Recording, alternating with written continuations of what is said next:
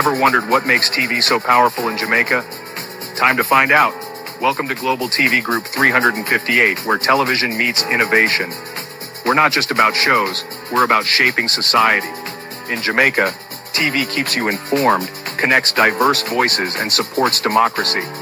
Imagine a Jamaica where broadcasters unite, sharing data and collaborating globally. That's us, a unified voice in the TV industry. Did you know TV advertising is still king? It drives website traffic, boosts brand equity, and powers integrated campaigns. Even in an age of digital, TV stands strong, resilient in tough times. Our global TV deck is your treasure trove of insights and data. With charts, graphs, and success stories, it's your guide to impactful TV advertising. Curious to learn more? Visit our website and see how Global TV Group 358 keeps television at the heart of entertainment in Jamaica. Get ready to binge watch the future. Corruption is a vile disease that sucks and drains the health out of something good. Corruption in society is an evil moral infection that keeps community in the state of perpetual sickness. Corruption is a moral virus. It's so potent, it leaves its host sick, lethargic, and unable to realize and accomplish all that a well person can. Where corruption thrives, poverty and not prosperity thrives. Wealth is grabbed into the greedy, grubby hands of those who get fat on the toil and labor of good people. Corruption benefits, only temporarily, those who participate in it. Everyone else is a victim of the theft, the deceit, the dishonesty, and the lies that corruption feeds on. You need to know that a corrupt person is stealing from you. Corruption is filthy work and despicable acts of treachery done under the table and behind closed doors. Corruption is a disgusting shame. Corruption keeps a nation back from true development and from progress. Wise investors steer clear of a corrupt environment. They would rather put their resources into a place where the playing field of opportunity is equal for all and not bent towards feeding the financial lust of corrupt, lying, cheating, thieving politicians and government officials. How many wonderful development projects have been lost because the investors didn't want to do business in a swamp of evil? When those great projects go to another nation or to some other place, we all lose. Believe me when I tell you that corruption steals from you, it steals from all of us. Corruption plunders the nation's wealth. Corrupt people compromise on truth, equity, and fairness, choosing instead to feed off the short-term benefits of crookedness, exploitation, and financial perversion. Corruption is not just a personal matter, it's a culture. It's a way of life, not just for individual people, but for companies, communities, governments, and nations. Corrupt nations, hiding behind large companies, will seek to invest in other weak nations in order to take over the assets of the nation that they've invested into. They will provide financial loans to a nation for the much-needed infrastructure, and they will do it with assets that they provide. They will sign contracts by lining the pockets of rotten government officials who participate in this kind of corruption and are then held hostage by their own deceit and greed. Corruption is nothing less than a form of theft and national robbery. A corrupt person steals from everyone in society.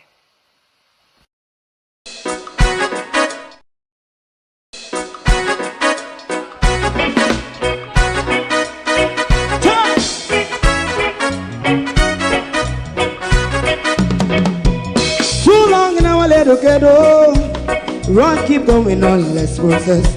For children of Israel do really love rights. So just a tie and I as a watching man around Babylonian walls. Oh, children of Israel, I should never hold thy peace. What wrong is going on? Hey, oh,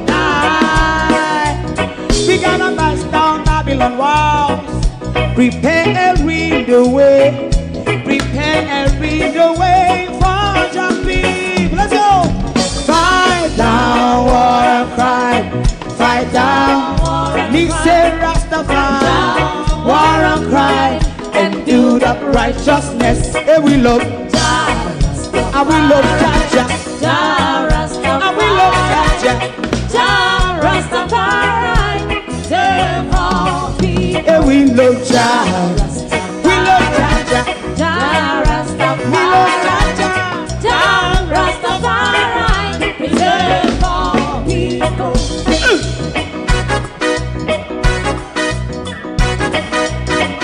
Put time away again. Listen, Yeah! just as I and I say, watch your man, I run Babylonian walls. Oh, children of Israel, I should never hold thy peace, while we penalize. Hey, oh, night. We gonna bust down Babylon gates. Prepare the way, prepare the way for Jah Rastafari. Fight down war and Fight down war and fight, Rastafari, war and crime, and build up righteousness. And we love Jah, and we love Jah, Jah and we love Rastafari, Jah, Jah Rastafari, preserve all and we love Jah, Jah. Me love Jah, Jah me love Jah, Jah Rastafari, preserve all. me love Jah, Jah Rastafari, Jah Rastafari, Jah. Rastafari. Yeah, the next song is going to be the last song for tonight. And then DJ Twink. Good morning. Minister Green was at yesterday's press conference and he spoke a whole mouthful. Too much of it. You're going to hear. You have watched and listened to the state that Parottee is still left in. And you're going to hear this morning from Mr. Green about Parottee. He spoke at length, and you this morning will have to listen at length as well. You might be irritated, but that's one of the purpose of broadcasting. If broadcasting is not irritating a sector of people, then you're not doing your job. Mr. Green. Oh, Mr. Green. Mr. Green spoke at length yesterday. We're not even going to waste a lot of time this morning. We're going to let Mr. Green hobble and babble himself away this morning and tell you all about Parottee. The faces of Parottee, Mr. Green. These two young men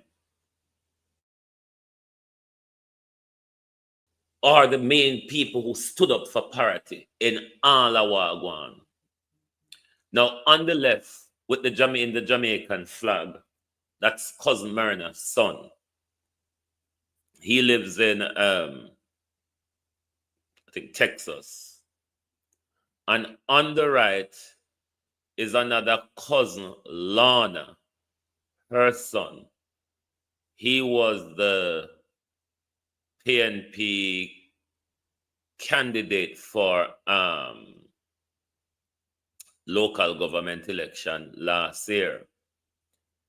These two young men are the two young men that stood up for our community.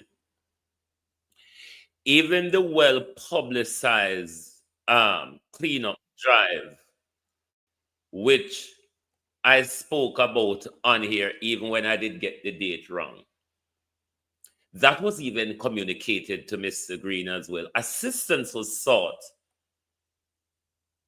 from them by Mr. Green in order to assist with the cleanup and get to move some of the debris out of the community. Leave that aside. These young men, Mr. Green, are the faces of the community. Even though we don't have a councillor, Mr. Green, if you had done meaningful communication with them through your delegates, maybe something would have move and shake in our community, Mr. Green. But Mr. Green spoke about Parottee yesterday. And boy, you're going to hear what Mr. Green says. To the what is left of the rest of my community of Parottee and all my family members, platform moderators, membership holders, viewers, subscribers, commenters, and trolls, good morning, welcome. One of our viewers as well have also sent me some questions to elaborate, and that we will explore this morning as well. Lynette Jenkins, good morning. Debbie Jarvis TV, Jamrock 8766, Colleen, good morning. Suzette Williams, Arlene Scott, Lawrence Michaels, good morning. Good morning. Heather Barrett, good morning. My mother, good morning. Pamela Akola, good morning. Laverne, Debbie Jarvis TV, Violet Watson, Miranda Ruddock, Empress Deb. Morning, everyone, and welcome. And to those of you silent viewers, good morning. Like and share the live for us, please. Now, we're going to get the irritating part out of the way first, and that would be listening to Mr. Green. We are going to get the irritant out of the way first. But you must hear Mr. Green, because as I always say to you, bullshit is not something that I can translate, and I will not attempt to do it. Carlton Barnes, morning. So we have to listen together. He is very irritating as well.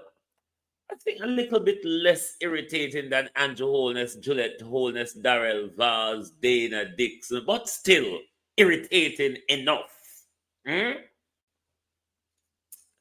Let us listen to my MP, the Minister of Rum, Boom, Dance, Night and Funeral.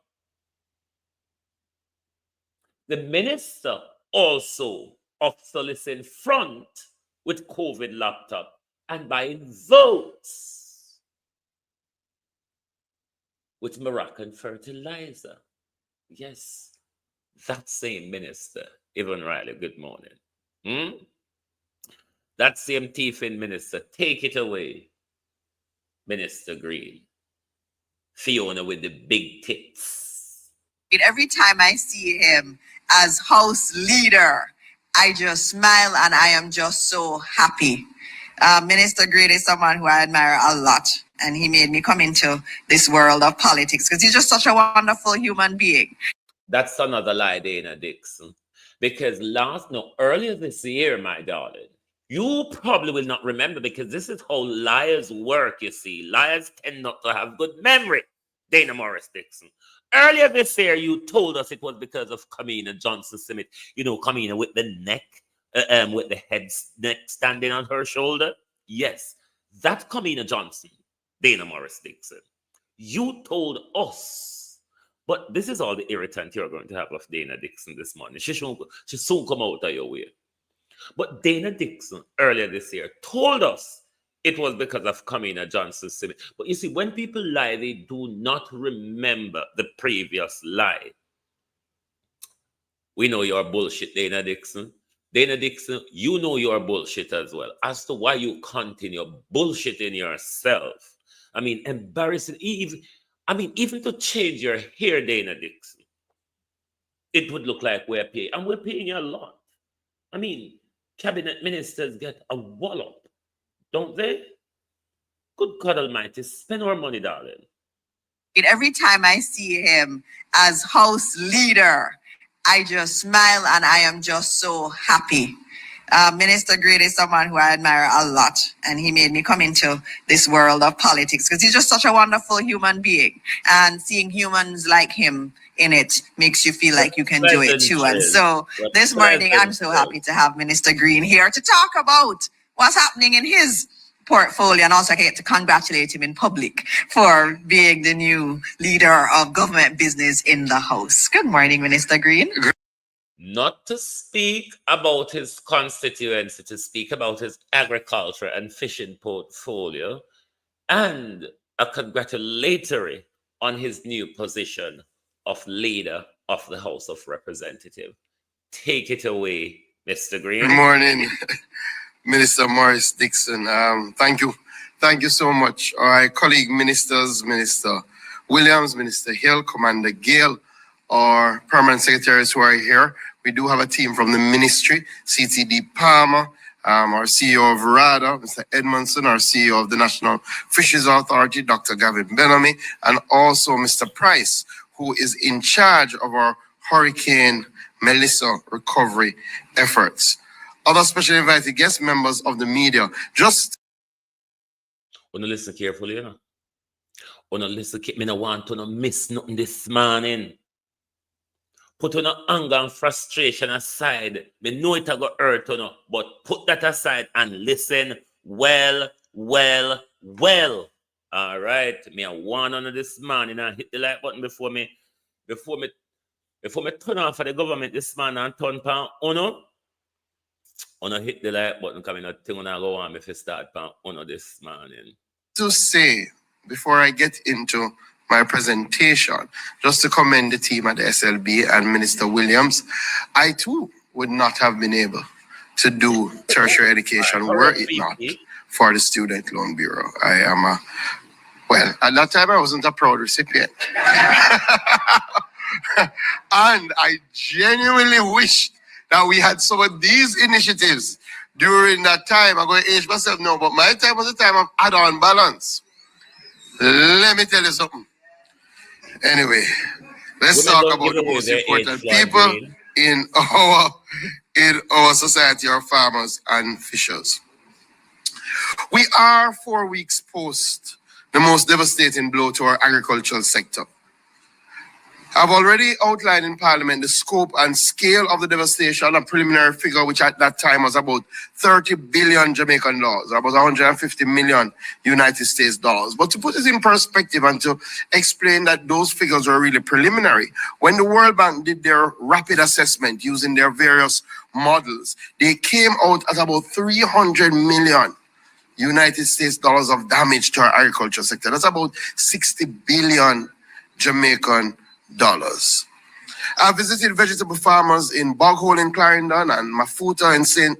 James, yam farmers in Litchfield in Trelawney, pineapple farmers in Pisgah in St. Elizabeth. I've personally seen what has happened in my own constituency with our melon, cantaloupe farmers, and also what has happened to scallion farmers in South Manchester. It is a most catastrophic event. Everywhere that I've been to, the devastation is like nothing we have ever seen. And most of these areas you would understand, like Boghole, we have seen multiple rain-related events and disasters. But again, I've never seen nothing like this.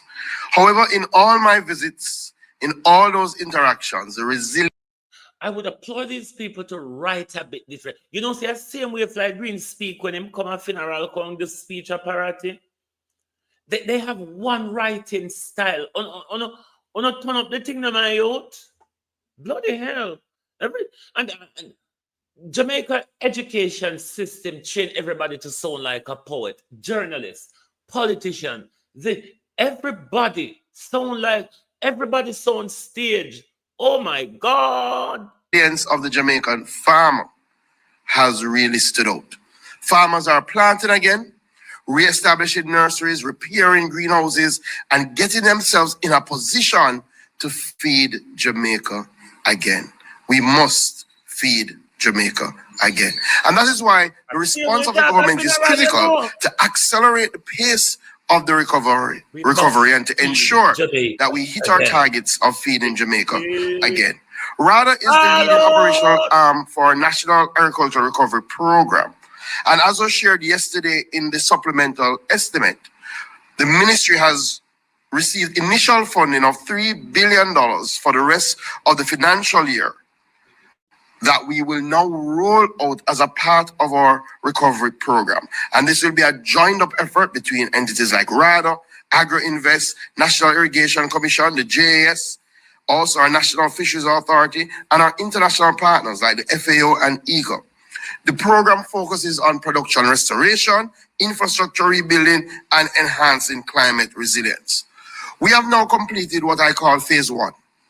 Phase one is our rapid assessment and our immediate relief stage. In that stage, rather largely through the use of drones, map the areas that were hardest hit and assess the extent of the damage. You would understand why we had to deploy drones to do this sort of work, because unfortunately, even our extension services suffered tremendous blows. A number of our extension officers, Jesus' name, well, rainy day. We do know that. Right. I don't know what happened there on PBCJ. What was cut out of the broadcast then? Because while Flight Green was speaking at the press conference, there was this just clipping of this woman a pray. And a bit of what Flight Green said was clipped out. Don't know what it was. Some disaster is going to beset us, unfortunately. Either we're going to have an extended drought or we're going to have a lot of rainfall. However, the prayer was, the cutout was much longer. I become me pause it to escape the prayer till it get back to Flight. But the cutout of what Flight Green was saying was much longer. But it was in context to that same line of conversation he's having. Or a windstorm, something of the sort. So we have been now, over the last few years, ensuring that we have on-hand supplies that we can immediately deploy. So in this first phase, which was over the last 4 weeks, we've already distributed 6,500 packs of seeds, benefiting over 3,000 farmers, 2,000 bags of fertilizers across 8 parishes. We've had engagements in St. Catherine, St. Anne, Portland, St. Andrew, Trelawney. We're scheduled to have another engagement in St. Elizabeth on Friday, as we move to ensure that our farmers can get back out there. We've also started some restoration work in relation to some of our RADA offices. That will, however, take some time.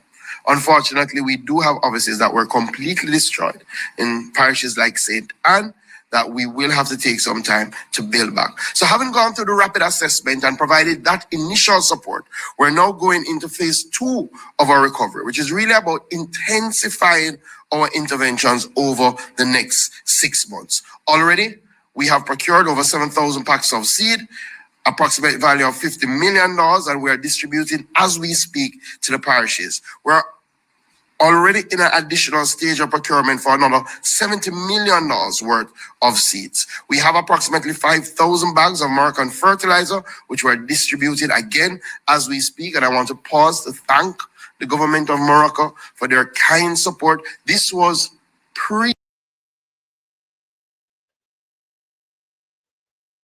Come on, thingy. Hurricane Melissa. This is not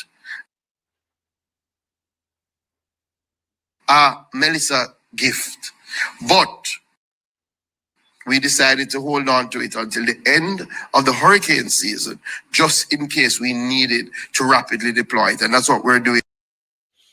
Now, we knew, those of us in Parottee, Black River, and the surrounding Floyd Green, we knew of those 2 trucks of fertilizers that was unloaded at your house on Crane Road in the run-up to the general election, Mr. Green. So your excuse now for the stolen fertilizer is that, no, the American fertilizer, we held on the American fertilizer that came last year, even though we used some of it to buy vote, we still hold on to the end of this hurricane season. So if Melissa never come Flight Green, when the farmer them did that, Lord Jesus, receive me, no more would I. So Flight Green, to pose and say Melissa never come Flight Green. Flight Green, Fiona Beswick, Big Titty Fifi, to pose and say Melissa never come, or Fifi, Is it because I don't know say Melissa they are come? Which is it, me, Fifi? We would like that is what we would like Fifi to clarify for us. Hmm? We would like Fifi to clarify certain things for us. If why farmers never get the fertilizer in a barrel, all them are suffer for it. 1. 2. If you hold it over for Melissa, to poison, Melissa never come. At what point, Mr. Green, will those fertilizers be distributed to the farmers? 3, Mr. Green, during your holding over till this here hurricane season, is it because you know Melissa was coming? We want clarity on that because I'm confused as to why you never give us any explanation as to why did fertilizer them never distributed last year after burial. When we blatantly saw you, Mr. Green, in Southwest St. Elizabeth down a Parottee, Black River, Crane Road, and load fertilizer for your truck in your yard, you gave us no explanation then. But you find it convenient now, Flight Green, for jump out, come tell we say. You put it down in preemption, Mr. Green, of a hurricane this year. To pause and say Melissa never come. What you there go do? Hold it for the next hurricane season of 2026, Mr. Green? When I see all them people love to irritate me early in the morning, they just light in the Flight Green. Flight Green, they just light. They just light in the Flight Green. They just light, and you start the irritant already. All right, Mr. Green, continue. Go on, Mr. Green. You're this morning's irritant. Go on. No, we will be also purchasing about $50 million worth of fertilizer specifically formulated for yam farmers. We saw about 70% damage to our yam crop. So we're looking at special lines, 14, 28, 14, 11, 22, 22, and sulfate of ammonia. And we're also will be putting another $50 million to procure planting material and stakes. So that's about $100 million in our program towards our yam farmers. We're also working with the Agricultural Land Management Unit to do some rapid soil analysis. We've started with our yam belt because, again, if you've been into our most damaged area, the entire topography looks different. And as such, RADA is working with the Agricultural Land Management Unit to do. Is it topography or topography? Which one of them? We don't know. This rapid soil analysis so that we can guide our nutrition program. We're also focusing on our greenhouse farmers, and already we're advancing procuring about 85,000 square feet of greenhouse material that we will deploy to our greenhouse farmers. We're going to be doing a special focus on our nurseries. So we have outlined a program where over the next 3 months, we want to produce at least 2 million seedlings. And to make that possible, we'll be procuring an additional 105,000 square feet. One thing with this liard, he can present the lie them well. Unlike Favor, poor thing. Unlike Favor Williams, who struggles to tell the lie. Unlike Favor Williams, who struggles to tell the lie. One thing with this, your liar there, he can tell a lie straight out. Trust me, he good at it. He can tell a straight out lie. Of material, we're also going to be procuring frames for 32 greenhouses, and we're procuring now some soluble fertilizers to help our hydroponic farmers that are still functional. You may have heard that we've started a free land preparation program, and that is ongoing as we speak. The idea is to ensure that there are less barriers for people to get back into agriculture. So we've started that for farmers who are interested. They can contact RADA. And this is what Flight Green used and fool Southwest St. Elizabeth people, his presentational skill, which is that's all he has. There's emptiness without that. Without the little presentational skill, because you notice him as above the rest of them when he come to the podium, he can use the presentational style where the rest of them just read or baffle or babble. Look at thief. But I him the American them a position in Jamaica and prepare for another wicked. Because I him the American them a position to take over for Andrew Holness. They want, you know. You set some parameters. So if you have less than an acre, we prepare all of that for you free. If you operate up to 5 acres, we prepare up to 3 acres free. If you operate up to 10 acres, we prepare up to 5 acres free. And all of that is happening through our RADA tractor services. Additionally, we are engaging private tractor operators. But I say to the farmers, come to RADA to engage the private operator. Don't engage a private operator and then come to RADA to reimburse what you have spent. We have put out an open call that we are looking to partner with those who own tractors. We will take on that tractor on an arrangement. We will provide that tractor service to the farmer and we will do the payments. There are some areas that we are targeting for immediate recovery, like our sweet potato.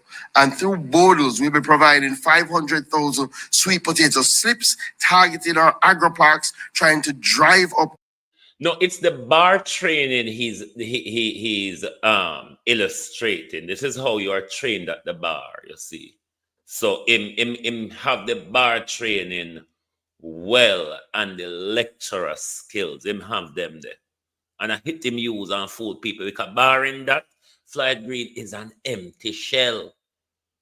Our sweet potato production. We've started procurement of water tanks, gravity drip kits, pumps, and drip lines because, again, access to water is critical in the recovery effort. Additionally, I'm pleased that...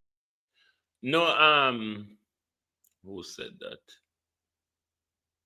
Immigration. No, I know Parottee want to build this city.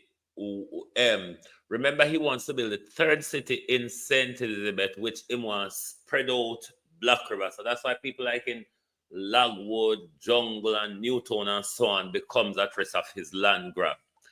But Parottee is in the way of his South Coast tourism development because we are on that coastline from Black River where he would start the South Coast tourism development from.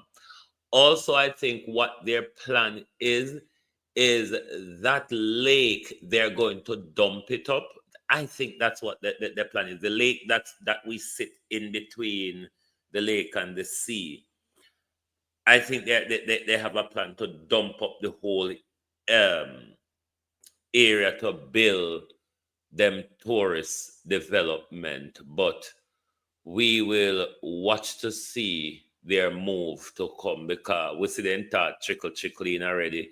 They say them have to go look at if people can rebuild certain place, blah, blah, blah. Then Andrew said that we already see they have the land agency down at Black River and it's surrounding environs, scooping up government lands. So we're watching the move of the government quite closely. We're fully aware of the government's intention. I mean, not everybody, but a lot of us are becoming more and more aware because the people on the ground are not convinced that this was a hurricane. A lot of people are becoming more and more convinced that this just was not a so hurricane. Announced that of the $3 billion that have been earmarked by the Ministry of Finance, $800 million has been allocated for emergency work to our farm road network. Our farm roads suffered tremendous damage. And again, we all understand, if our farmers can't reach to the farms, if they can't get out their produce to the market, then we have another challenge.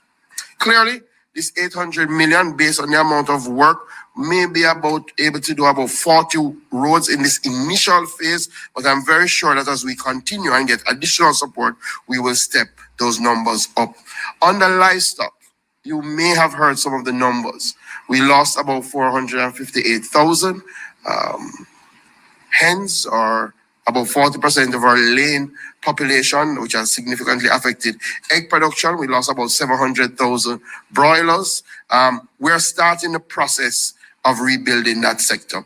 Already we've procured 100,000 broiler chicks and feed, which will produce about 160,000 kilograms of chicken meat. We're starting distribution this week. Clearly, we're targeting the farmers that have the capacity to continue.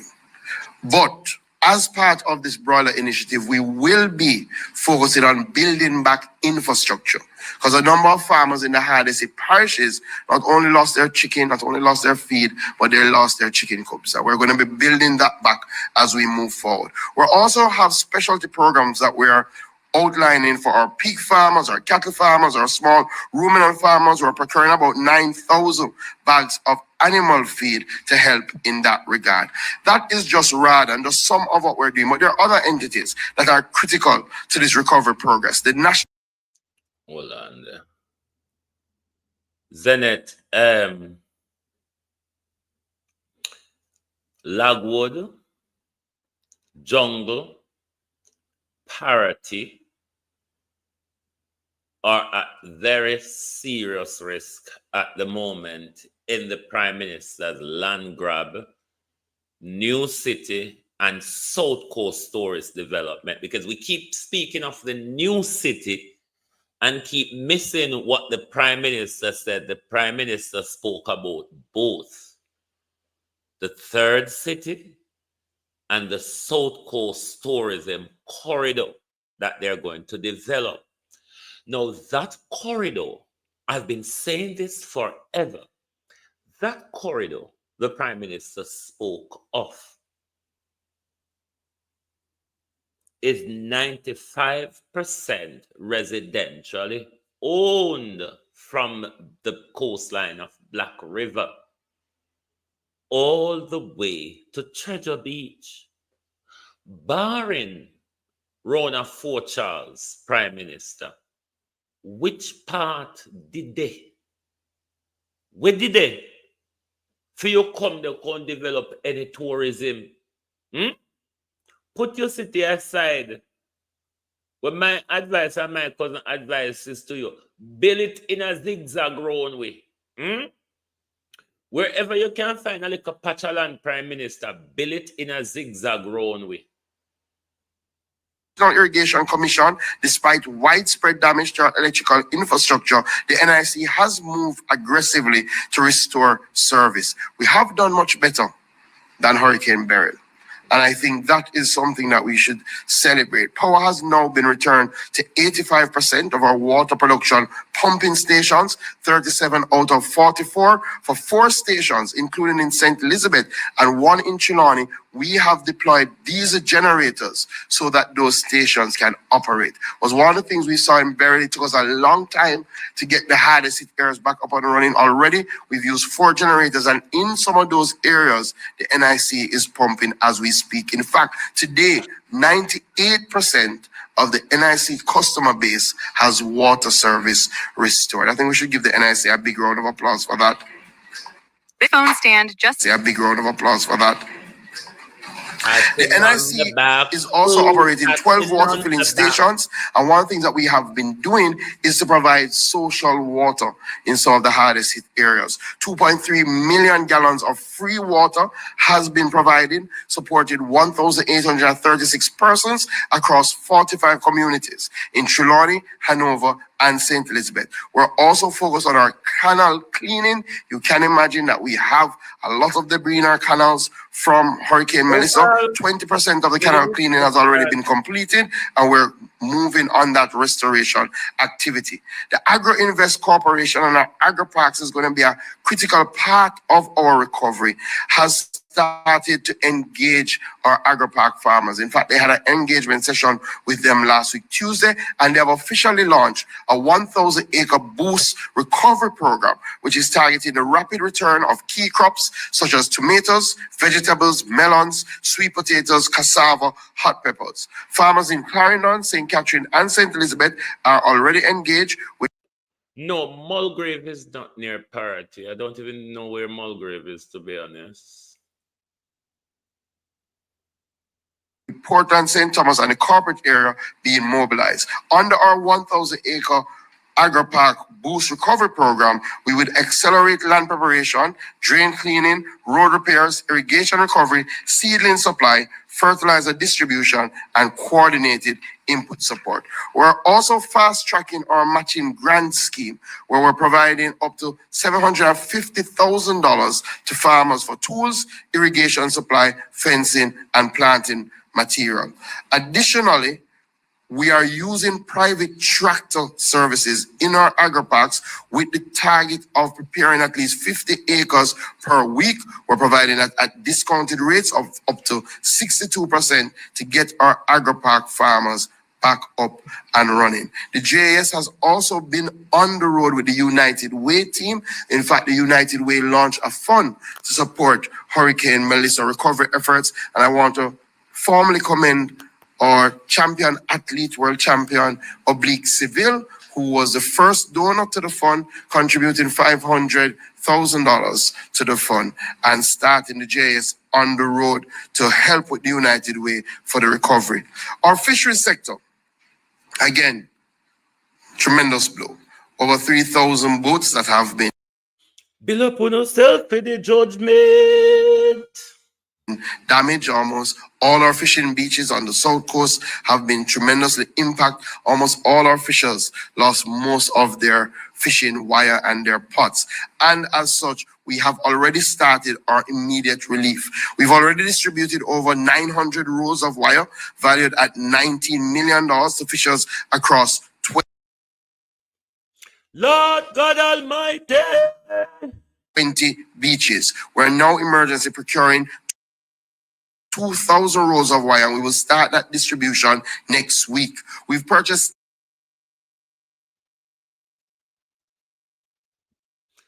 Man. 10 2,500 gallon tanks to No, this buffering. be positioned at some of our fishing beaches to help.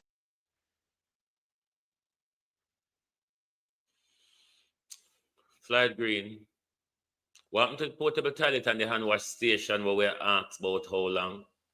Help our fishers and also those who trade in fish to treat with post-harvest and personal hygiene. We think that's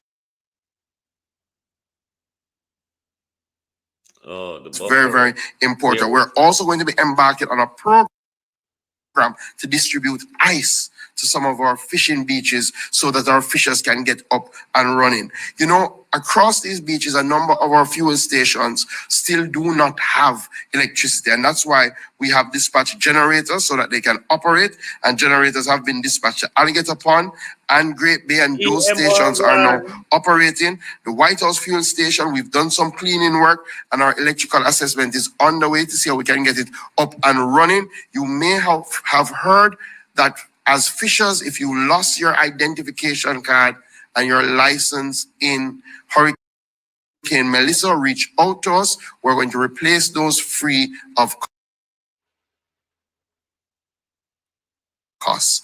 We've also, for the hardest hit parishes, we've also put in a 6-month moratorium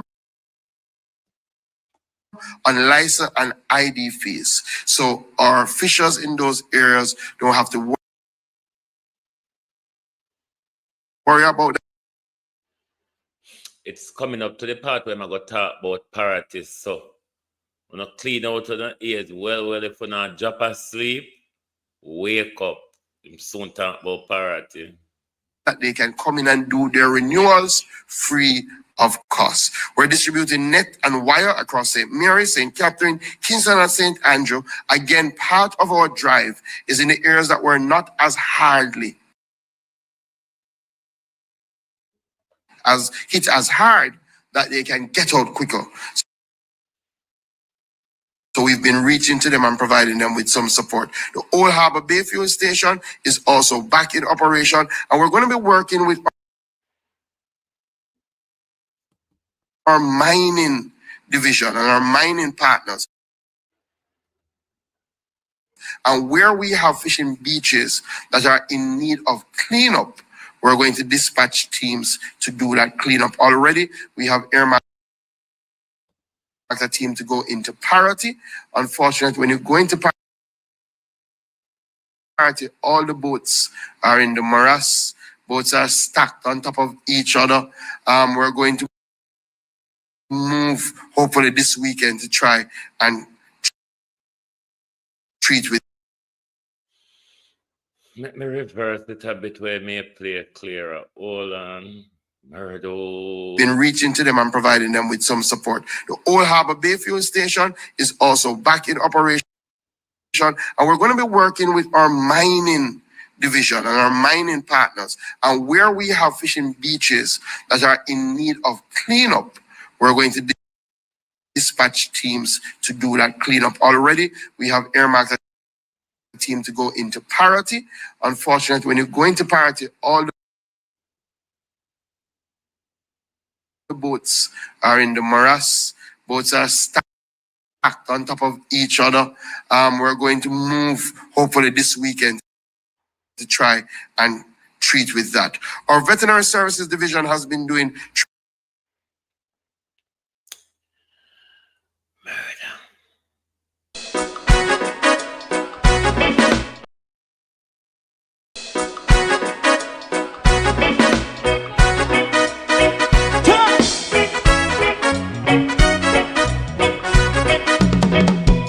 Too long in our little ghetto.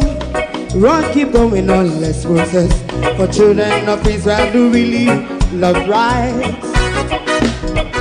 So just a fly and I as a watching man around Babylonian walls. Oh, children of Israel. I should never hold thy peace. What wrong is going on?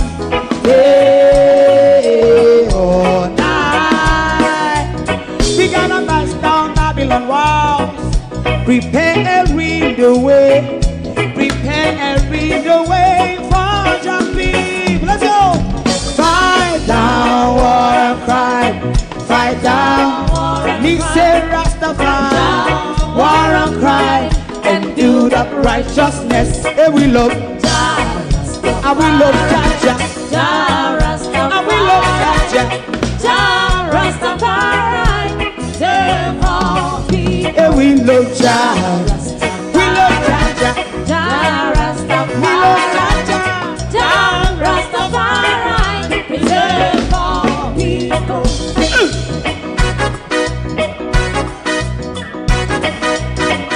Put time away again. Listen, yeah. So just as I and I as a watching man, I run Babylonian walls. Oh, children of Israel.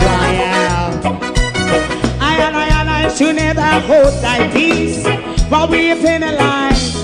Day or night, we gonna bust down Babylon gates. Prepare every the way. Prepare every the way for Rastafari. Fight down, war and fight. Fight down, war and fight. Rastafari. Now, you have seen two videos. You have seen a video from Lot 1 Boys that we watched together on here of the devastation in Parottee. Last night as well, you have watched recent images that we have not seen before of the state of Parottee. You are well aware of the cleanup campaign that the community had on Sunday just gone, the 30th of November. You heard Mr. Green just now, didn't you? You have seen the state of Parottee, haven't you? And you have heard Mr. Green, have you not? So that's all. Not another word. Not another word. So what do you want me to say this morning? What can I say? What should I say? What can I say that would make sense?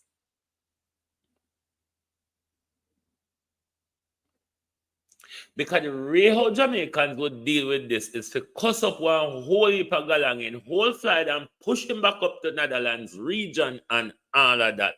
But me kind of tired. Me kind of tired. Me seriously kind of tired. What else can I say? You heard Floyd Green?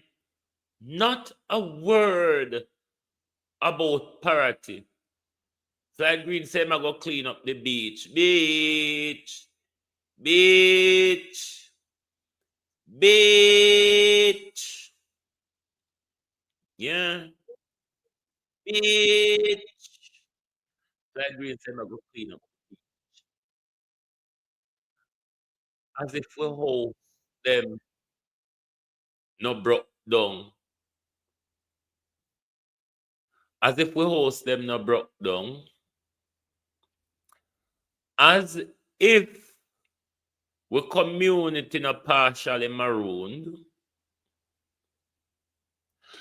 As if we don't have a dead body, one of our family in a water where we beg them help with from however long. What me fi do? And what me fi say? You heard Floyd Green just now. Floyd Green spoke nothing of the devastation, the worst hit area in his constituency. Floyd Green spoke nothing. Floyd Green said, arrange one clean up team figure clean up the beach. Big tits Fifi, the beach. Murdo. Yes, a AI and drone and Google surveillance. They use and imagine the damage. Google's satellite just fly over the place. As kind of know Google lie and wicked, just like Floyd Green and Dana Dixon and Andrew Holness them. So Google just fly over and said, that's it. And the Americans say, okay, we will, that's it. Yeah. Floyd Green not say nothing else. Nothing. I thought Floyd Green was going to explain to the people, given his official capacity in the constituency, the devastation. Floyd Green, go pick up this thing them off of the beach. Pew, pew, pew. Beach cleaning. Beach cleaning. The minister spoke of no assistance. The minister spoke of none of the infrastructural damage to the land that has become an encumbrance to the community and the people. Mr. Green said nothing. Zilch. Nil point. Not as a word. Not a word. It never happened. We, said Mr. Green, have not seen it yet. What not talk about? Even though I live on that same stretch of road, I have not seen it, said Mr. Green. Wider. You never like that the other day.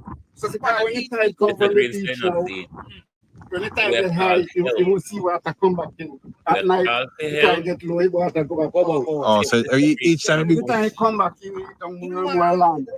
This is emergency. This is not something because the phone system is very delicate down here. We don't get no phone system. So you can't get to call the proper people. Right, yeah. Me realize so everything for me dead down here. So. You understand? So Floyd Green, they're saying good, but this is not somewhere good. And a guy, me watch him over there, oversee, I watch him do. This is the time when you need it here to do something. You can't keep hiding.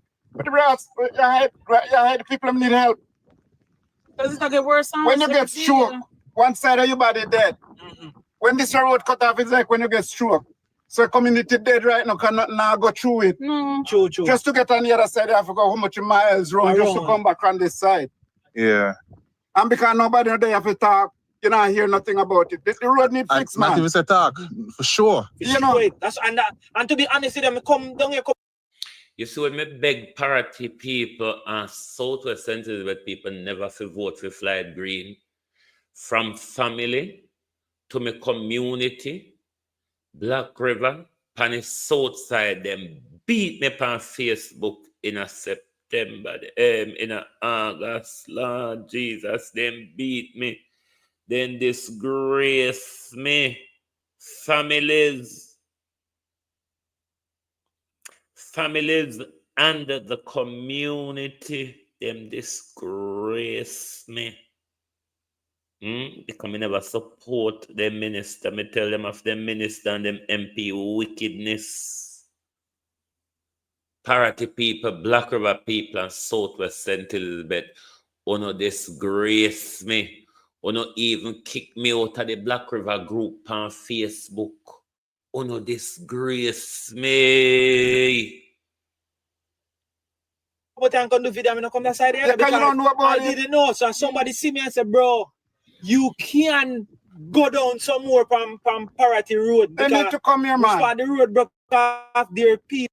One of the chief leader in the disgrace was one of my cousin, the younger brother to Errol.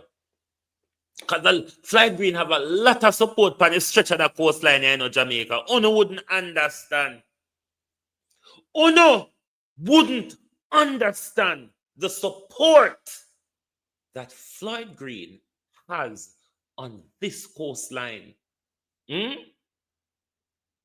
But I warned them, didn't I? Lord Jesus, only if they would listen. No representation. No representation. No help. Everybody turn a blind eye. Everybody look the other way. It's really not happening. Down a Parottee there. Come to the government and the media. It never happened. Because they not show it. They not talk about it. So it never happened. How if it happen and nobody not see it and nobody not talk about it. People living, going to the road where it broke off, so you can walk. Go to, See the stake them out there, so see people are passing. You can show it. So out there, so one you join this. And you know the sad reality is, they still believe in him. They still believe in him. When you're ready for hear them talk, nobody from government no come round ya. And only Mr. Green. Nobody no care about we. And only Mr. Green. Mr. Green haven't come with one iota of government support. Mr. Green come with the Chinese.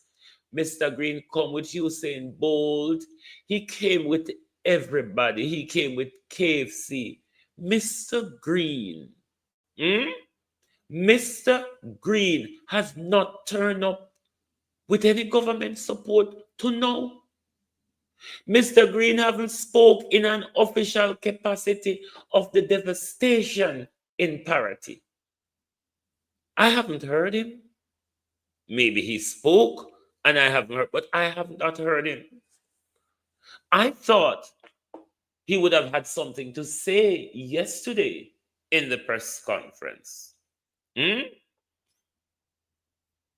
I thought Mr. Green yesterday would have something to say in the press conference.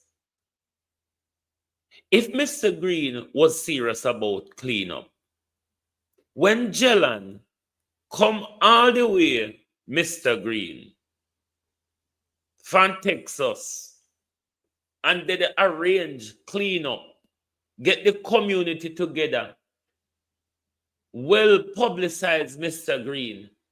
It was communicated to you.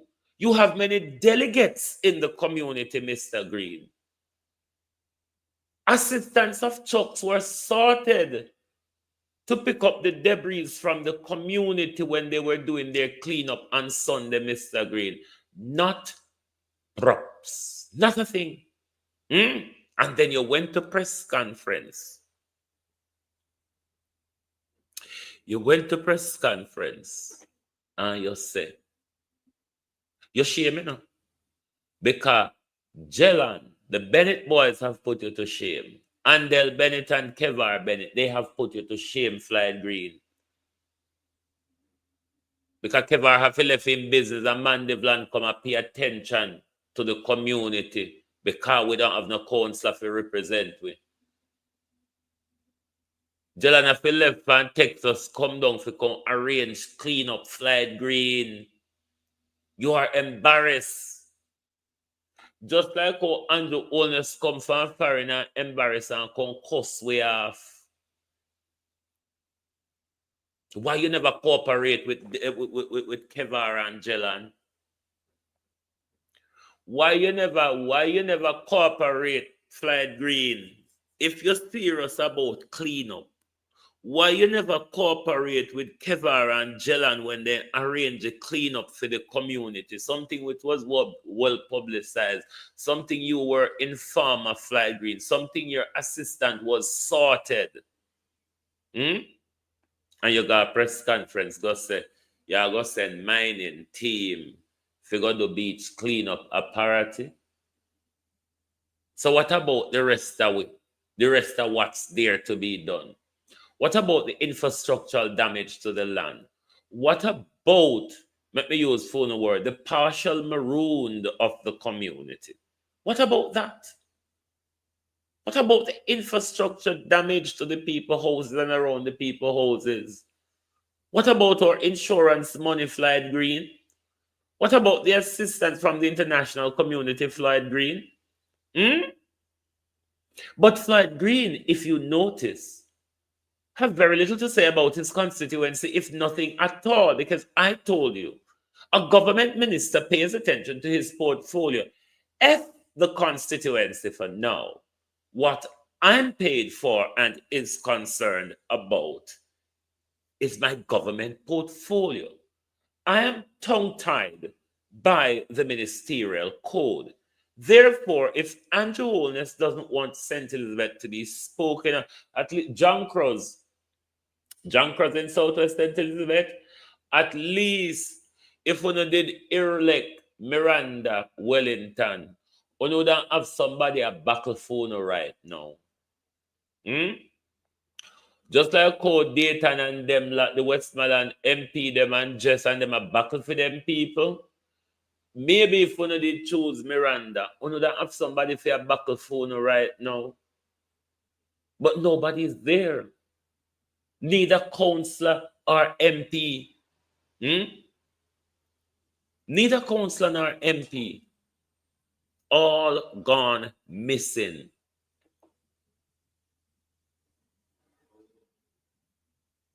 All gone missing. Slide Green. But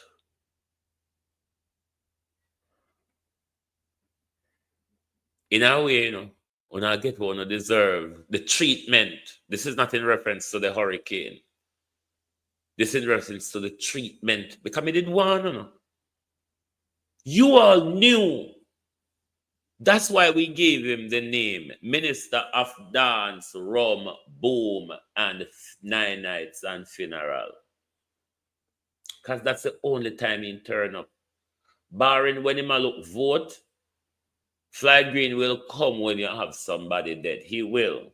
I've always said that about him. One thing with Slide Green, when you have somebody dead, him will turn up. Me nah go lie with him about that.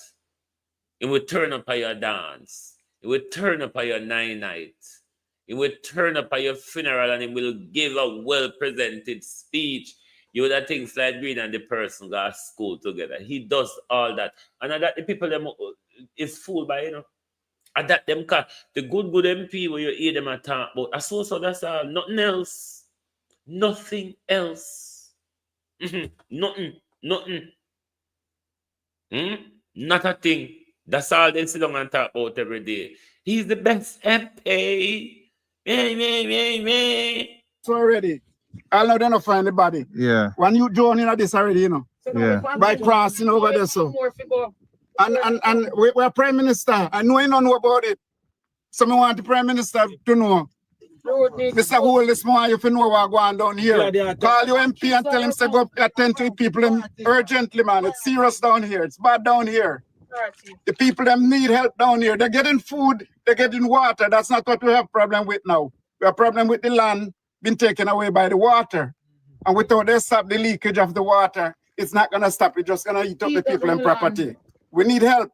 The people need help, and because they can't speak for themselves, everything just don't get complaining to themselves, and nobody come on at it. Where is like Green? I don't know. Almost a week now. I don't see Green. I don't even know him. I always see him on picture on a fixed road. This is not the time for fix them the road. This is the road we need fixed right now. In our community. In our community, Parottee, St. Elizabeth. Today, not tomorrow. I don't think nowhere in Jamaica got damage like Parottee. I'm not trying to be competition, but you have people houses collapsing. You have people lose them boat, car, engine. It's hurricane come. So if my cousin come all the way from overseas and see how we living, you know it's a problem. From Sunday me come in, and all I'm gonna see a man we're responsible for your come here. So if you've got kids under 16 in the UK, please listen to this.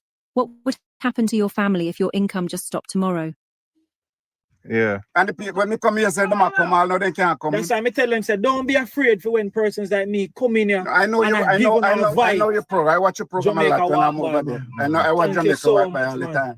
I'm glad for no see you there because me can't get my phone for call out. I post these things to make sure say my Prime Minister, which I respect him a lot because I know I'm the wealthy country. But I don't think he know what's going on down here. And he need to know. He need to know because Mr. Green know. So get couple public workshops from up Mandeville if they mash up a Black River or higher up to come down here and get let them all down there. So the mall will come out of Black River could have come dump up here. True. So don't tell me you don't have truck. You got truck you can borrow from Mandeville because Mandeville don't mash up. Black River mash up, so your truck would be without a service. Forget the truck them from Mandeville to come down here and dump up the place so people can live in peace, man. Crocodile in that water, you know? Yeah. There's a crocodile in that water. Young kids is around. Are you just ignoring the people? Mr. Prime Minister, I know you don't know, but I hope you see this. That is it. Send your MP, Mr. Green, to come and get the proper people to come in and fix the place. We need fixes. All right, sir. Thank you for listening. Thank you so much for speaking, sir. Man. All right.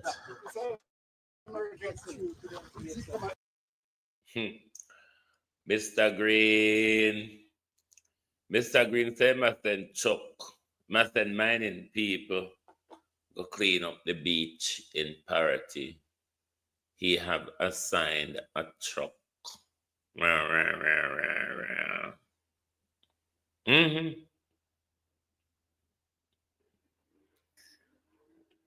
Mr. Green have a lot of support, and that very coastline that you see, which is so battered there, Mr. Green is strongly supported in our community. Mr. Green lives in our community. It's not like a community where you know an MP is stranger to where a vote time alone. No, Mr. Green lives in our community. Mr. Green lives on Crane Road. Parottee Road and Crane Road is one stretch of road. Mr. Green, which part you see them stand up there where the road bus out, is just about a 45 minutes walk. Walk, not drive or ride. Walk to Mr. Green's house. All right? So it's not a community that Mr. Green is stranger to. Mr. Green sits in Andrew Holness' cabinet. Mr. Green sits on the sub-cabinet committee. I mean, so how Andrew could not know? Andrew flew. It's one of the first constituents that Andrew flew over. Andrew stood 5 miles from where the bus out there and declared Black River as the ground zero the day after Melissa. It's a careful plan, though, is it not? Prime Minister Wan Land. Let's turn to the questions I've been asked this morning. Mm. I've been asked 3 questions in relation to the whole relief effort and stuff. So the first question from one of our viewers is, when Andrew Holness say he's going to give out food vouchers, where exactly will people be able to shop with them? Now, that question I have concern around myself, and I wish the Prime Minister could give more clarity on that. But in relation to how the Prime Minister spoke when he spoke of that, it gives me the impression that that can be spent, whether it be at supermarket or local shops. Now, there's various issues here. The voucher, one. A government, I think almost you're going to need ID to access the voucher, based on something Alvin Gale said in the PAAC committee in relation to the inventory system they are setting up to follow the resources. So obviously, ID would be sorted in relation to that. The other problem is how much of a dollar value, because we know this government is latched on to not more than $20,000, which $20,000 cannot buy food enough for a family of 4, which is the metrics they use. If it is a voucher of $20,000, how often would they receive that voucher system? Is it a weekly or a monthly? These we need clarification on from the government and the Ministry of Labor and Social Security.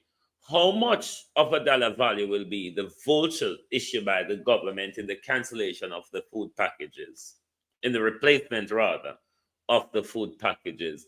And how often will these vouchers be delivered? And for that matter, where is there a specification of where they can be spent? Or is the understanding that we have that there's a possibility that it can be spent at local shop or supermarkets? These are things that the government needs to give us clarity on, because the broad brushing doesn't really answers the public's question, Prime Minister. So to my view, I know you're watching, I myself need more clarity from the government. And it's good that you ask this question so we can pose to the government what we need clarity on. How much of a dollar value will be these vouchers that are being issued? Where can they be spent? And how often will they be issued? It's important for us to know those information.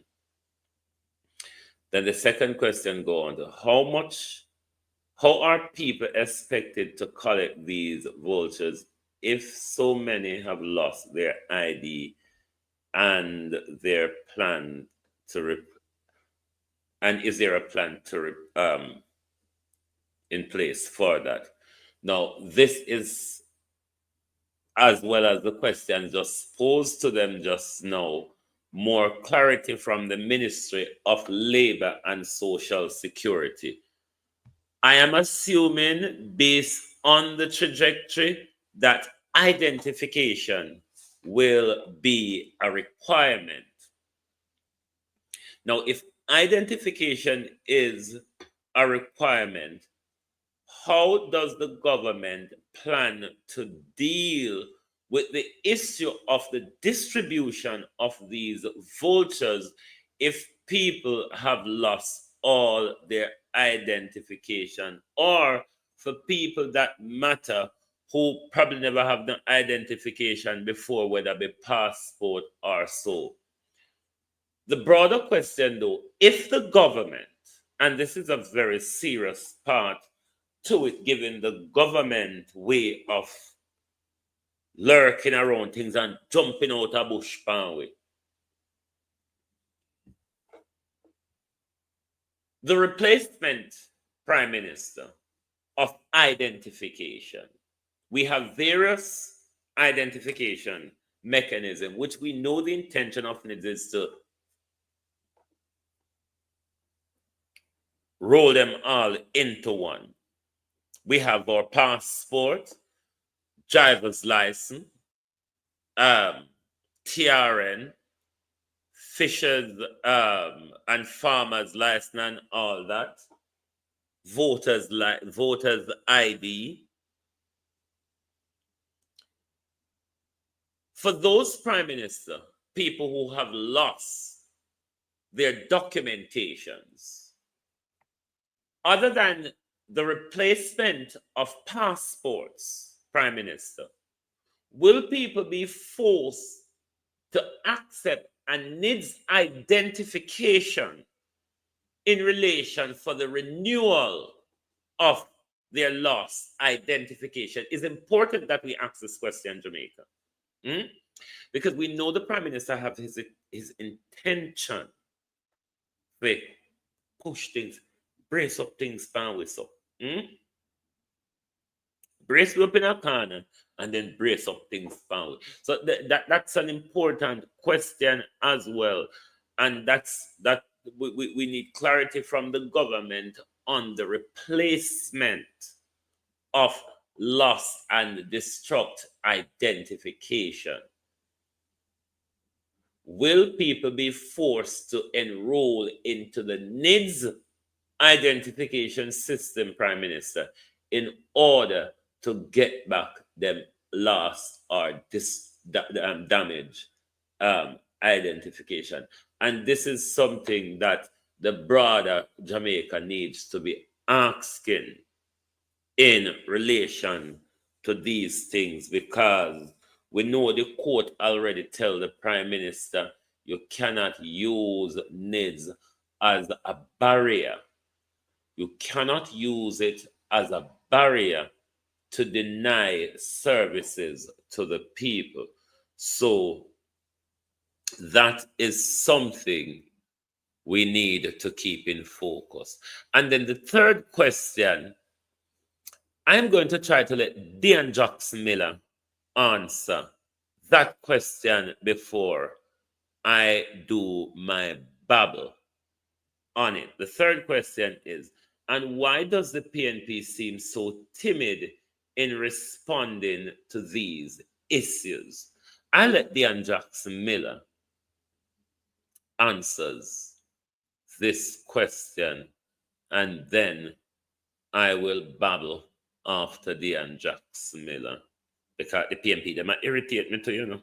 The PNP, they might irritate me as well. And, oh dear.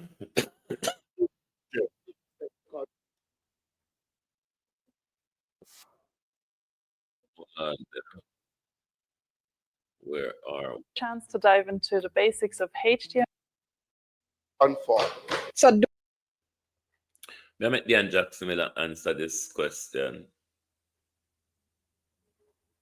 Bear with. Imagine being able to build an app with your name on it, just by thinking about it. Meet Base 44, a complete AI creation. Somebody said, Come maybe if me start on the PNP them this morning, you see, all hell might just broke loose. Because I'm about to withdraw my support from Mark Golden's leadership of the Uptown PNP.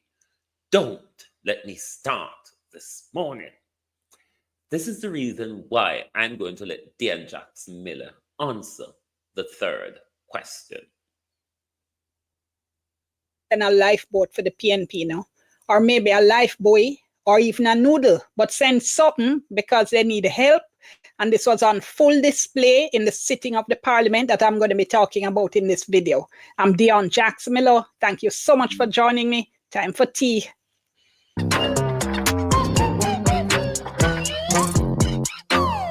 So the Speaker of the House of Representatives, Juliette Holness, has a very rigid approach to presiding over the Parliament, right? She likes to quote the standing orders at length, read from them at length.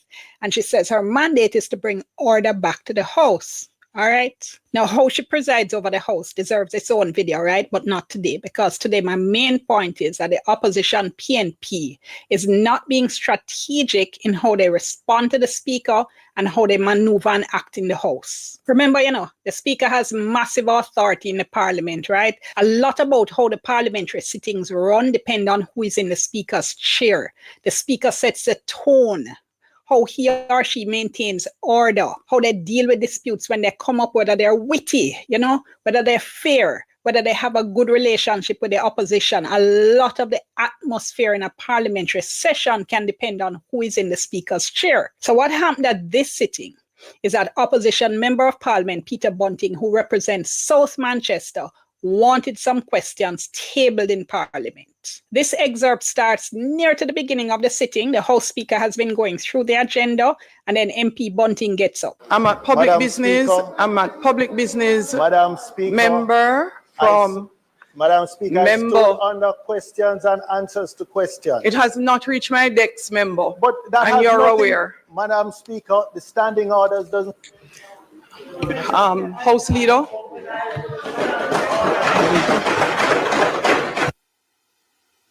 House Leader, turn your mic on. Come.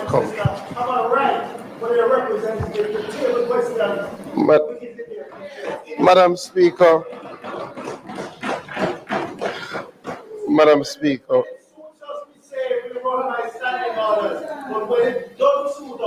Member.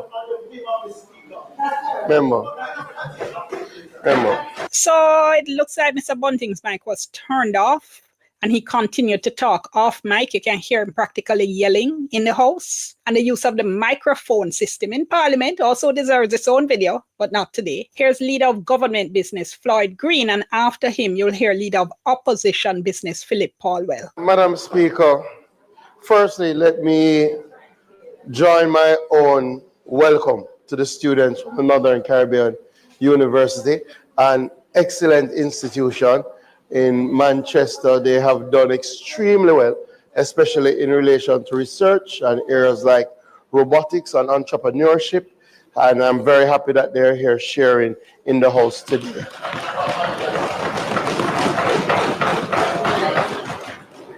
Madam Speaker, in public business,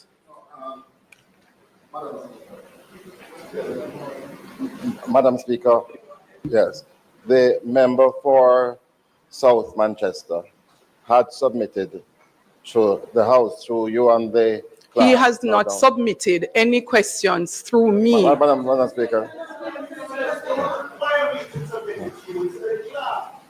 The questions, when submitted through the clerk, will still have to come to the attention of the Speaker. Madam. The Speaker cannot. Madam Speaker. The Speaker cannot. Madam Speaker, I have a finished. The Speaker cannot speak to any item not received.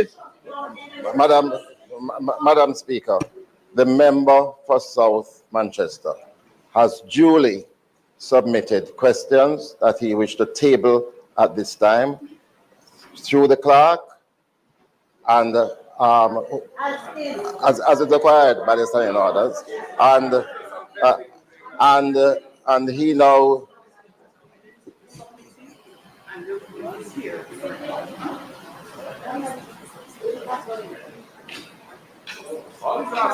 yeah.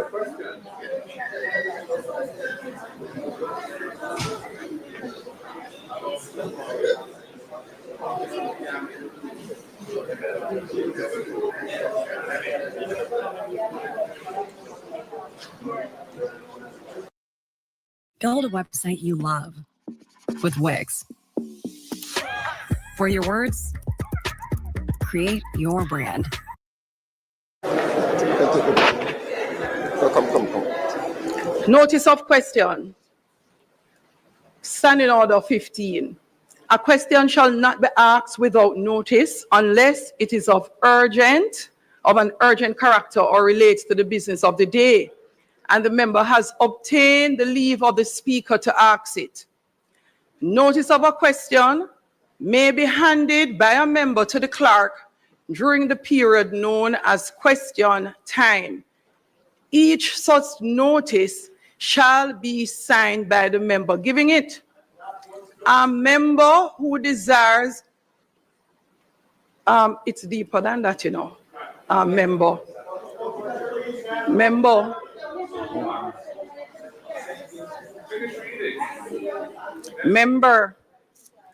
The standing order goes on in detail to contents of questions. The right to ask a question under Standing Order 16.1 shall be subject to the following general rules as to the interpretation of which the speaker shall be the sole judge. Subsection A. The proper object of a question is to obtain information, and it continues. A question shall not include names of persons or any statement of fact unless they are necessary to render the question intelligible. If a question contains a statement of fact, the member asking it shall make himself responsible for the accuracy of, and it continues.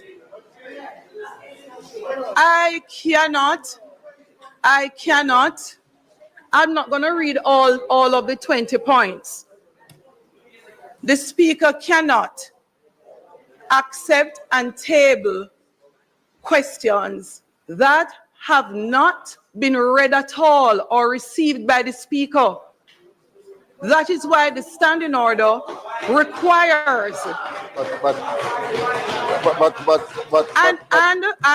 And leader of opposition business, you are fully aware.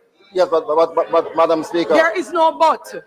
Madam, of course there's a but, Madam Speaker. If for example, the Speaker refuses to accept and to read This is not for example. I just got the question on my desk 1 second ago.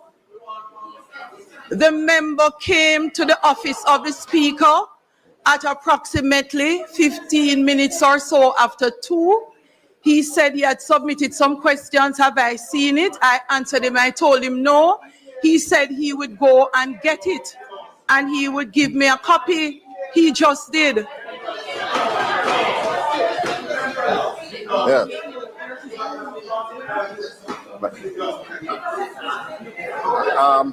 Why can't you just go and have a look at them? Yeah, but it's this morning.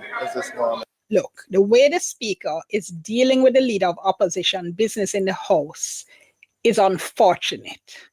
It sounds disrespectful. It doesn't sound good. Okay, now we get to the problems I have with how the opposition approach this issue, all right?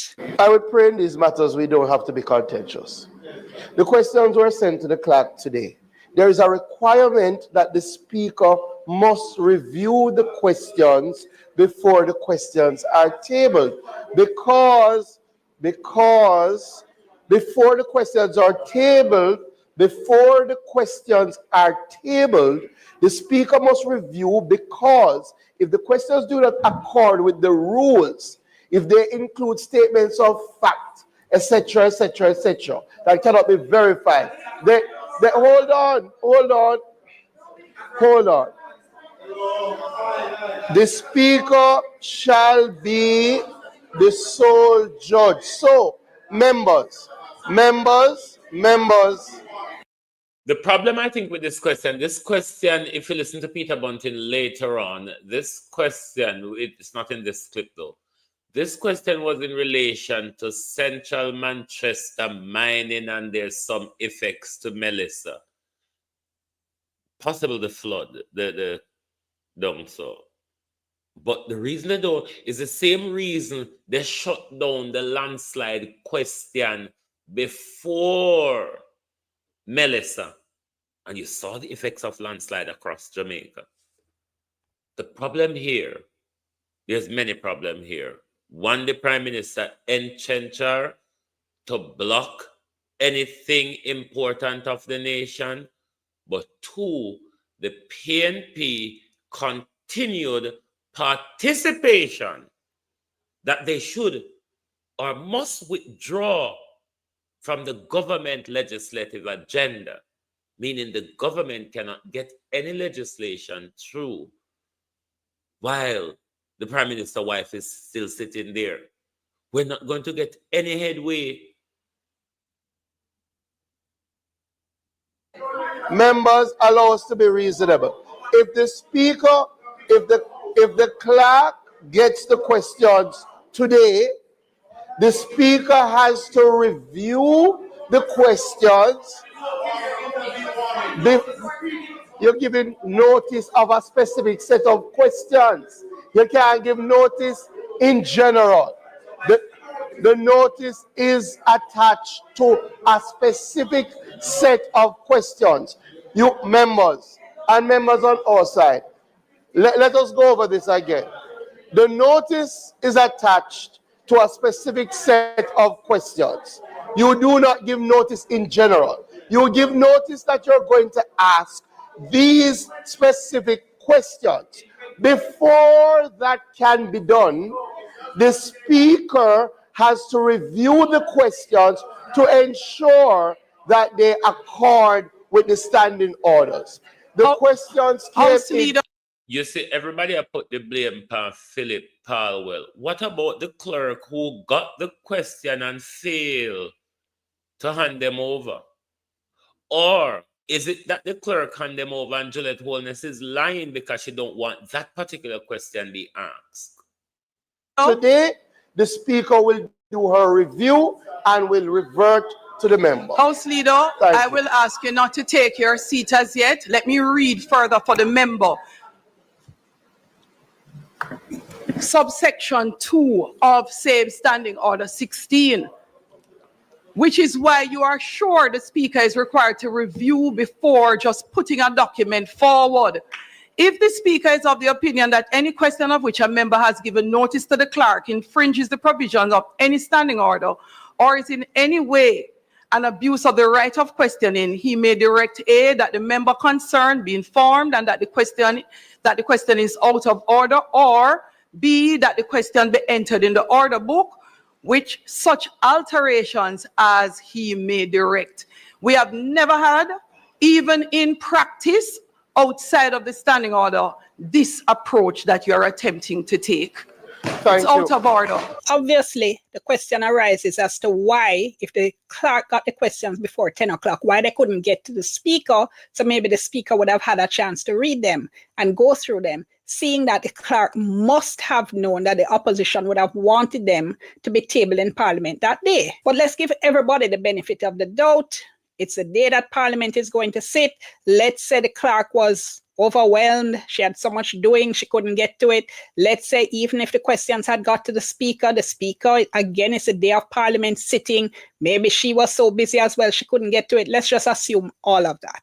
My point is, you know the situation. Why are you putting yourself in this position? Anyway, never done yet though, because the opposition leader, Mark Golding, got up as well. Thank you, Madam Speaker. The crux of this issue, yes, you have to review the questions, and a reasonable time ought to be provided for that. These particular questions were submitted by email before 10 a.m., we're told today. So they've been at the Parliament for 4 hours. You're saying that you've just got them. So a member could reasonably expect that those questions, which may not be lengthy, could be reviewed and approved so that they could be tabled today, given that there's a 21-day notice period before whoever those questions are directed at has to answer. To the extent that the administrative arrangements in this House don't permit the prompt review of the questions, it's problematic because the notice period is extremely lengthy. And that's why we're objecting.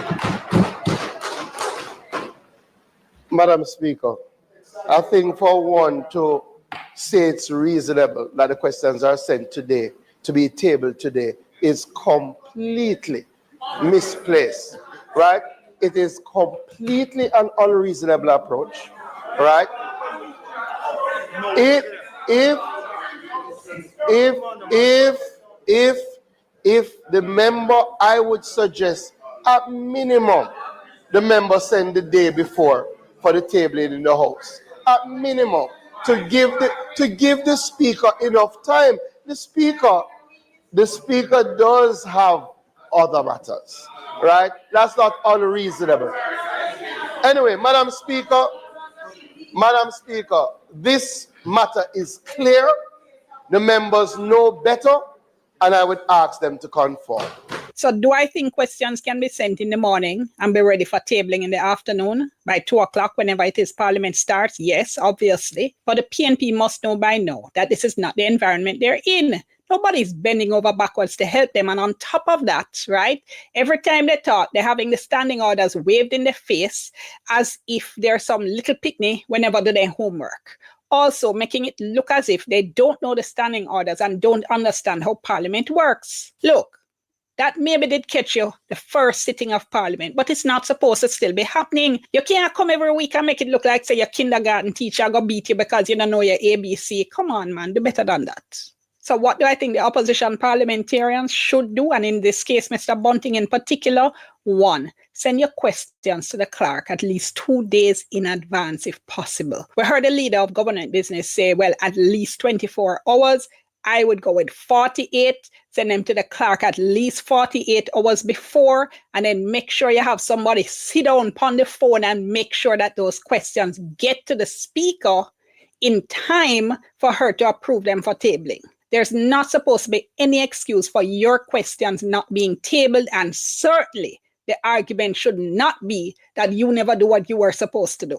2, make sure you can quote and use and wave around the standing orders to back up every single thing you say and do. Number 3, learn how to speak concisely. Learn how to frame your questions as tightly and concisely as possible. Because this ongoing argument between the opposition members and the speaker about how they're asking questions also deserves its own video, and I will do one, but not today. But tech sleep mark death. If you're a parliamentarian, surely your aim is to get your questions out and answered. And what happens is that they're asking questions in response to a minister's statement, and they're being told it's not in the form of a question, it's too long, all kinds of bagga things. Now, speakers in the past have been more flexible, have used their discretion more. You already know that that is not this speaker. So stop fighting over that and tighten your questions so you can get them out. Leave the quarreling for important things and make sure when a time for actually have a serious quarrel, you might not want to call it quarrel, sorry, may I call it quarrel. When it's time to have a serious argument over something really serious, by that time, it should be clear that you have done everything you are supposed to do correctly, in good time and according to the standing orders. Come, time to get serious. The country needs an opposition. The country needs a viable opposition that looks as if it knows what it's doing in the parliament, and right now, not seeing that. All right, have to leave it there. Comment below, keep it civil, all right? Like the video.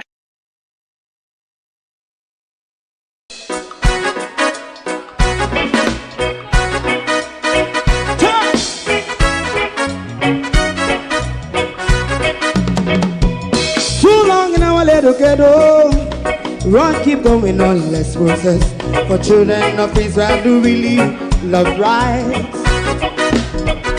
So just a try and I as a watching man around Babylonian walls. Oh, children of Israel, I should never hold thy peace. What wrong is going on? Hey, oh, we gotta bust down Babylon walls. Prepare and read the way. Prepare and read the way for your people. Let's go. Fight down, war and cry. Fight down, me say Rastafari. War and cry and do that righteousness. And we love Jah. And we love Jah. Jah Rastafari. And we love Jah. Jah Rastafari. And we love Jah. We love Jah. Jah Rastafari. We love Jah. Jah Rastafari.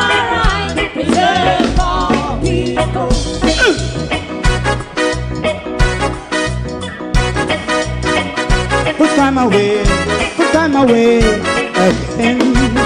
Listen, yeah. So just as I and I as a watching man, I run Babylonian walls. Now, I hope Dan Jackson Miller have answered that question for you. But if you've been watching me for quite some time, you would know that despite throwing my support behind the PNP for the last general election, I have several issues with the PNP prior and ongoing. Messaging, optics, being strategic, they're just not getting it. They're just not getting those points across. Messaging, optics, and being strategic. And this problem of the speaker, while they have make it clear that they do not support her, can be dealt with in other ways, such as I've regularly said to them, you must withdraw your support from the government legislative agenda until the speaker is changed. That's the last resort. We have got to that point because with the entrenchment of the Prime Minister's wife, we will never be able to get the chance, and we've seen repeated, not just since this parliament, in the last parliament, repeated behaviors of it where questions get blocked if it doesn't go with the agenda of the government or if there's something that they're hiding. The government passing a legislation on a 2/3 majority requires the support of the PNP. The PNP can withdraw their legislative support from the government unless Ms. Holness is being removed. My advice is that they do that, because we need a robust parliament where we have proper debate and questions asked. In this current parliament or with this speaker, we're not getting any headway. The PNP needs to be strategic and tactical. I don't know what's more about the PNP, okay, if I go answer them this morning. Because you see the uptown politics, Mark Golden, yes, I would welcome that classy politics when you become a leader. That's not suitable, Mark Golden, though, for an opposition. All right? Finally this morning, from Marcus Garvey, unite Jamaica or perish. Thank you very much. I hope I answer your questions this morning.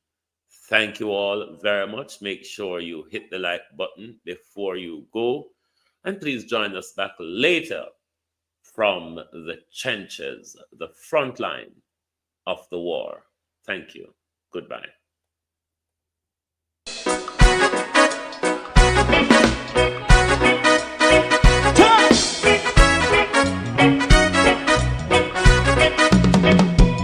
Too long in our little ghetto, run keep going on, less process. For children of Israel do really love rights. So just as I and I as a watching man, I run Babylonian walls. Oh, children of Israel, I should never hold thy peace. What wrong is going on? Day or night, we gotta bust down Babylon walls. Prepare and read the way. Prepare and read the way for your people. Let's go. Fight down, war and crime. Fight down, me say Rastafari. War and crime and do that righteousness. And we love Jah, and we love Jah. And we love Jah.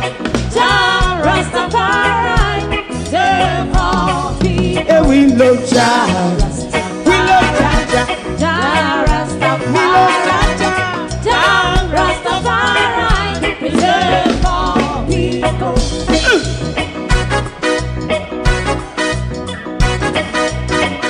Put time away again.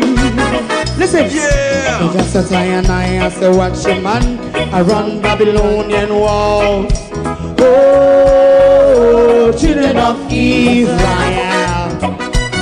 I should never hold thy peace while we are penalized. Hey, oh, night. We gonna bust down Babylon gates.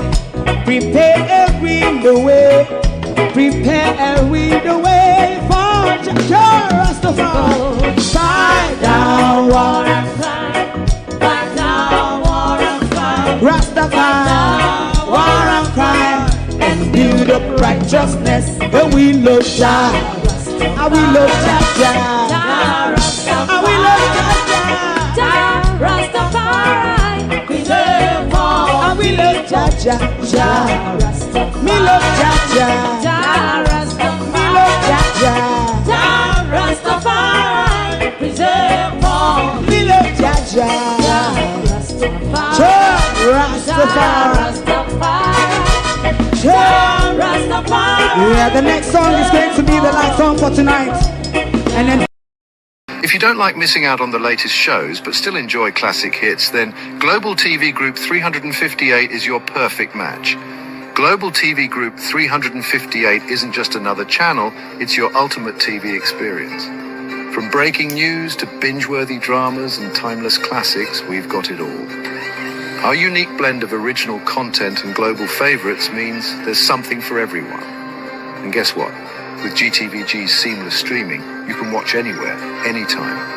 Plus, our interactive features let you be part of the action. So, whether you're a seasoned binge watcher or a casual viewer, Global TV Group 358 is here to keep you entertained day and night. Don't just watch TV, experience it with Global TV Group 358. Subscribe now and never miss a moment.